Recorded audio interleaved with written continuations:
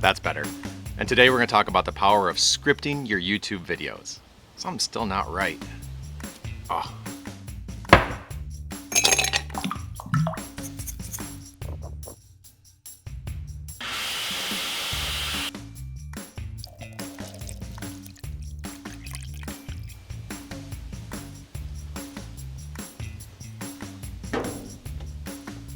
Now we can get to this. Alright, so listen. There are so many important pieces to being successful at YouTube, but one of the most important and impactful changes I ever made was starting to script my videos before I actually recorded them. So before we jump into the hows and why you should be scripting your YouTube videos, let's think about how the average YouTuber or someone that's new to YouTube that doesn't script their videos might approach a video. Well, let's say you get an idea in your head. You think about it for a little while and you get ready to record and you hit that record button. You might be fully knowledgeable on the topic. You might know exactly what you're talking about and you're really good to speak to that topic.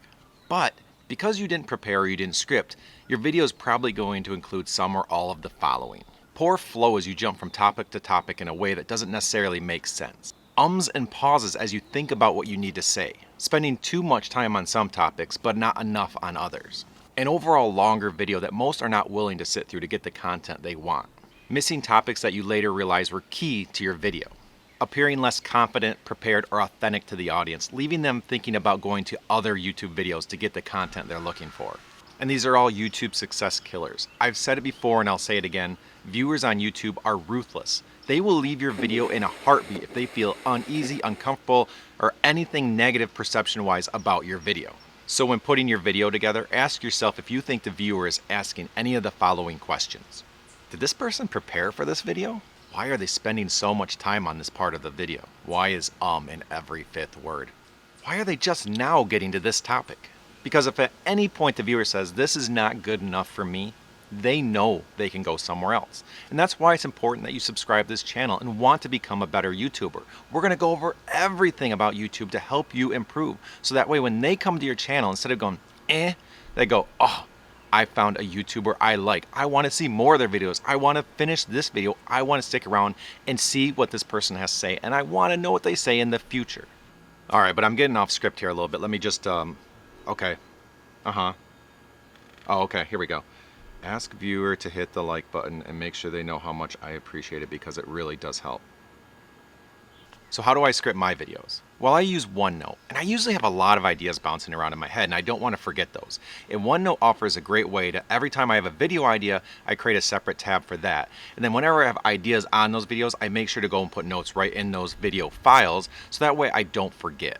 And this helps because I build up a good list of video ideas, and when it's time to go record a new video, all I have to go do is pick one and not try to come up with something on the fly.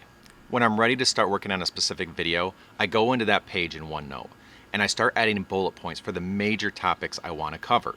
And then I organize those in an order that I think is the best flow for the viewer, depending on what type of video I'm creating, but what is going to help them attach that video the best, learn what I'm trying to say the best, and add a good flow to the video.